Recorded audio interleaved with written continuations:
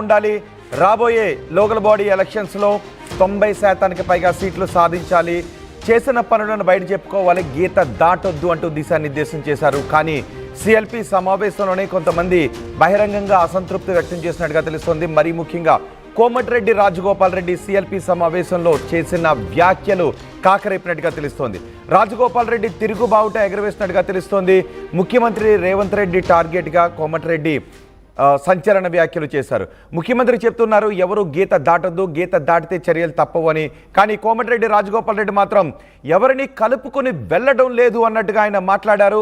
ఏకపక్షంగా నిర్ణయాలు తీసుకుంటున్నారు అనే విధంగా ఆయన మాట్లాడారు. రైతు భరోసానే పటిష్టంగా అమలు చేసి ఉంటే సరిపోయేది అని కోమటిరెడ్డి రాజగోపాల్ రెడ్డి మాట్లాడినట్టుగా తెలుస్తూ ఉంది. పథకాలను అమలు చేసినప్పటికీ, పథకాలు ప్రవేశపెట్టినప్పటికీ ప్రజల్లోకి బలంగా తీసుకువెళ్ళలేకపోతున్నాం, విమర్శలు ఎదుర్కోవాల్సి వస్తోంది అని ఆయన వాపోయినట్టుగా తెలుస్తోంది. పథకాల అమలు తీరులో ఉన్న లోపాల గురించి సిఎల్పి సమావేశంలో కోమటిరెడ్డి రాజగోపాల్ రెడ్డి అసహనం వ్యక్తం చేసినట్టుగా తెలుస్తోంది. ఏకపక్ష నిర్ణయాలు సరికావంటూ హితవు పలికారు. ఆర్థిక పరిస్థితిపై ప్రజలకు పూర్తి క్లారిటీ ఇవ్వాల్సింది, అమలు చేసే సమయంలోనే ప్రజలకు హామీలు ఇవ్వాల్సింది అని రాజగోపాల్ రెడ్డి అన్నట్టుగా తెలుస్తోంది. అందరికీ ఇల్లు, రేషన్ కార్డులు ఇవ్వలేనప్పుడు జాబితాలు విడుదల చేయడం ఎందుకు, ప్రజల్లో అబాసుపాలు కావడం ఎందుకు అని కోమటిరెడ్డి రాజగోపాల్ రెడ్డి ఆవేదన వ్యక్తం చేసినట్టుగా తెలుస్తోంది. డబ్బులు లేనప్పుడు కొత్త పథకాలు ఎందుకు అని రాజగోపాల్ రెడ్డి అన్నట్టుగా తెలుస్తోంది. అలాగే చాలా గ్రామాల్లో రోడ్లు కూడా సరిగా లేవు, ప్రజల నుంచి విమర్శలు ఎదుర్కోవాల్సి వస్తుంది. చిన్న చిన్న పనులు చేసిన కాంట్రాక్టర్లు కూడా బిల్లులు ఇవ్వలేకపోతున్నాము, డబ్బులు లేనప్పుడు ఈ పథకాలను ప్రవేశపెట్టడం ఎందుకు, 1-2 పథకాలనైనా పటిష్టంగా అమలు చేసి ఉంటే సరిపోయేది అని రాజగోపాల్ రెడ్డి అన్నట్టుగా తెలుస్తోంది. పథకాలు అమలు చేసిన విమర్శలు తప్పడం లేదు అని రాజగోపాల్ రెడ్డి వాపోయారు. మొత్తానికి పార్టీ గీత దాటొద్దు, అందరూ ఐక్యంగా ఉండాలి, కలిసి పనిచేయాలి, లేకపోతే రాబోయే కాలంలో కష్టకాలాన్ని ఎదుర్కోవాల్సి వస్తుంది అంటూ దిశానిర్దేశం చేశారు. సూచనలు కూడా చేశారు ముఖ్యమంత్రి. అదే సమయంలో రాజగోపాల్ రెడ్డి లాంటి వారు చేసిన వ్యాఖ్యలపై ఇప్పుడు పెద్ద ఎత్తున చర్చ జరుగుతుంది. అలాగే అనిరుద్ధ్ రెడ్డి కూడా, ఒకవైపు రాజగోపాల్ రెడ్డి, మరొక వైపు అనిరుద్ధ్ రెడ్డి కూడా సిఎల్పి సమావేశంలో బహిరంగంగానే ప్రభుత్వ పనితీరును విమర్శించినట్టుగా తెలుస్తుంది. మరీ ముఖ్యంగా ఏకపక్ష నిర్ణయాలే, ఎవరిని కలుపుకుని వెళ్ళడం లేదు, ఏకపక్ష నిర్ణయాలు తీసుకుంటున్నారు. అందరినీ సంప్రదించి ముందుకు వెళితే బాగుంటుంది అని ఆయన అసహనాన్ని వ్యక్తం చేసినట్టుగా తెలుస్తోంది. మా ప్రతినిధి మధు ఉన్నారు పూర్తి సమాచారం అందించడానికి. మధు, ఎవరు గీత దాటొద్దు, బహిరంగ విమర్శలు చేయొద్దు, గీత దాటితే చర్యలు తీసుకోవటమే అనే హెచ్చరికలను పంపించారు నిన్న సిఎల్పి సమావేశంలో. కానీ అదే సమావేశంలో కోమటిరెడ్డి రాజగోపాల్ రెడ్డి లాంటి వారు విమర్శలు చేశారు, ప్రభుత్వాన్నే విమర్శించిన పరిస్థితి కనిపిస్తోంది అంటూ ఆయన మాటలు ఇప్పుడు కాకరేపుతున్నాయనే చర్చ జరుగుతుంది. ఏం మాట్లాడారు అసలు, దీనిపై ఎటువంటి చర్చ జరుగుతుంది కాంగ్రెస్ పార్టీలో?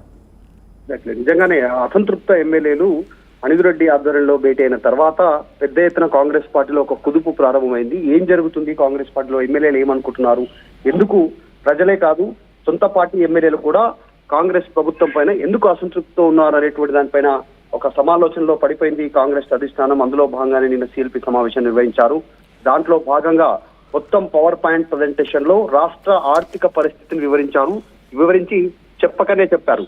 అంటే బొంతమ్మ కోరికలు కోరితే ఇవ్వడానికి రాష్ట్ర ప్రభుత్వం సిద్ధంగా లేదు అంటూ మెసేజ్ ఇచ్చే ప్రయత్నం చేశారు. ఎన్నో రోజుల నుంచి రోడ్ల గురించి, మౌలిక వసతుల గురించి, గతంలో ఎమ్మెల్యేలు ఇచ్చినటువంటి హామీల గురించి, ఎన్నికల సమయంలో కాంగ్రెస్ పార్టీ మేనిఫెస్టోలో పెట్టినటువంటి అంశాలు కావచ్చు, 6 గ్యారెంటీల పథకాలు కావచ్చు, వీటన్నిటి విషయంలో ఇందిరమ్మ ఇండ్లు, రేషన్ కార్డులు, ఇలా రైతు భరోసాకి సంబంధించినటువంటి అంశాలు, తర్వాత ఇందిరమ్మ ఆత్మీయ భరోసాకు సంబంధించిన అంశంలో పెద్ద ఎత్తున ఆశావాహులు ఉండడము, వారంతా రావట్లేదు మాకు అనేటువంటిది డైరెక్ట్ గా ఎమ్మెల్యేలను క్షేత్రస్థాయిలో నిలదీయడంతో వీరు ఆ ప్రభుత్వం పైన కాస్త ఒత్తిడి పెంచే ప్రయత్నం చేశారు.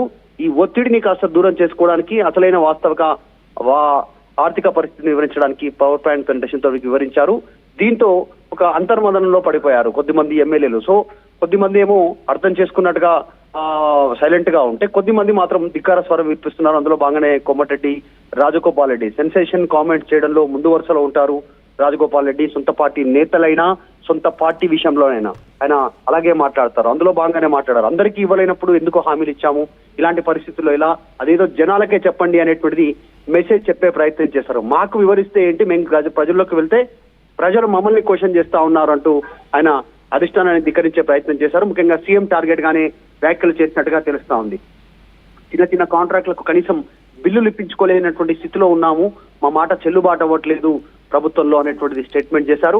సో ఆయన మాటల్ని మరి అధిష్టానం ఏ రకంగా తీసుకుంటుందో చూడాలి. నిజంగానే ఎక్కడ కూడా అంటే ఈ వ్యాఖ్యలు ఎటువంటి కుదుపులు కలిగిస్తూ ఉన్నాయి కాంగ్రెస్ పార్టీలో? ఇప్పటికే ఎవరు బయటకు మాట్లాడొద్దు, గీత దాటొద్దు, ఏదైనా ఉంటే నాకు చెప్పండి అని ముఖ్యమంత్రి అంటూ ఉంటే, అదే సమావేశంలో డబ్బులు లేనప్పుడు పథకాలను ఈ విధంగా అమలు చేయడం ఎందుకని బహిరంగంగానే కోమటిరెడ్డి విమర్శించడం? ఎగ్జాక్ట్లీ, ఇది ఒక్కటే కాదు, ఏకపక్ష నిర్ణయాలకు సంబంధించినట్టు వన్ మ్యాన్ డిసిజన్స్ ఉండొద్దు, కాంగ్రెస్ పార్టీలో సమిష్టి నిర్ణయం ఉండాలి, అందరితో చర్చించి నిర్ణయాలు తీసుకోవాలనేటువంటి స్టేట్మెంట్ కూడా చేశారు. ఇప్పుడు డైరెక్ట్ గా ఆయన ముఖ్యమంత్రిని స్టేట్మెంట్ చేస్తున్నారు. ఆయన కోట్ చేస్తూ మరి క్షేత్రస్థాయిలో ఉన్నటువంటి వారికి ఏం సమాధానం చెప్పుకోవాలి, మీరు నిధులు ఇవ్వమంటే డబ్బులు లేవు, రాష్ట్ర ఆర్థిక పరిస్థితి బాగాలేదంటే మాకెందుకు చెప్తా ఉన్నారు, మీరే ప్రభుత్వం తరఫు నుంచి ప్రజలకు వివరించండి, ఇచ్చినటువంటి హామీలు అమలు చేసే పరిస్థితి లేదు అనేటువంటిది ఆయన క్వశ్చన్ చేసినట్టుగా తెలుస్తా ఉంది. దాంతోపాటు ఏకపక్ష నిర్ణయాలు ఇంకా కొన్ని, ఇప్పుడు హైడ్రా కావచ్చు, మూసీ కావచ్చు, ఇలా కొన్ని నిర్ణయాలు తీసుకోవడంతో పెద్ద ఎత్తున ప్రభుత్వం పైన వచ్చినటువంటి విమర్శలను గుర్తు చేశారు. తర్వాత రాష్ట్రంలో గత ప్రభుత్వం తీసుకున్నటువంటి నిర్ణయాలను రద్దు చేస్తూ తీసుకున్న నిర్ణయాలు, ఇప్పుడు రాష్ట్ర గీతాన్ని ఎంబ్లం విషయంలో కానీ, ఇంకా కొన్ని పేర్ల మార్పు విషయంలో కానీ, ఇలా అనేక నిర్ణయాలను తీసుకుంటున్నటువంటి నిర్ణయాలతో ప్రభుత్వానికి కాంగ్రెస్ పార్టీకి చెడ్డ పేరు వస్తా ఉంది. దీన్ని కూడా అరికట్టాలి, ఏకపక్ష నిర్ణయాలు ఉండొద్దు, సమిష్టి నిర్ణయం ఉండాలనేటువంటి క్వశ్చన్ చేస్తా ఉన్నారు. సో మొత్తానికి కోమటిరెడ్డి రాజగోపాల్ రెడ్డి చేసినటువంటి ఇంటర్నల్ గా చేసినటువంటి, కానీ కోమటిరెడ్డి వెంకటరెడ్డి మాట్లాడారు, ఆయన ప్రశంసిస్తూ మాట్లాడిన పరిస్థితి కనిపిస్తోంది. గీత దాటొద్దు, అందరం కలిసికట్టుగానే ఉన్నాం, చిన్న చిన్నవి ఏమన్నా ఉంటే సర్దుకుపోతామని. కానీ ఆయన తమ్ముడు మాత్రం చిన్న చిన్నవి కాదు, పెద్ద పెద్దవి ఉన్నాయి పార్టీలు అన్నట్టు మాట్లాడుతున్నారు. ఎగ్జాక్ట్లీ, అంటే చిన్న చిన్న సమస్యలు ఉన్నాయి, వాటిని సర్దుకుపోతాం, ప్రతి ఇంట్లో ఉంటాయనేటువంటిది కోమటిరెడ్డి వెంకటరెడ్డి మాట్లాడితే, కోమటిరెడ్డి రాజగోపాల్ రెడ్డి చేస్తారు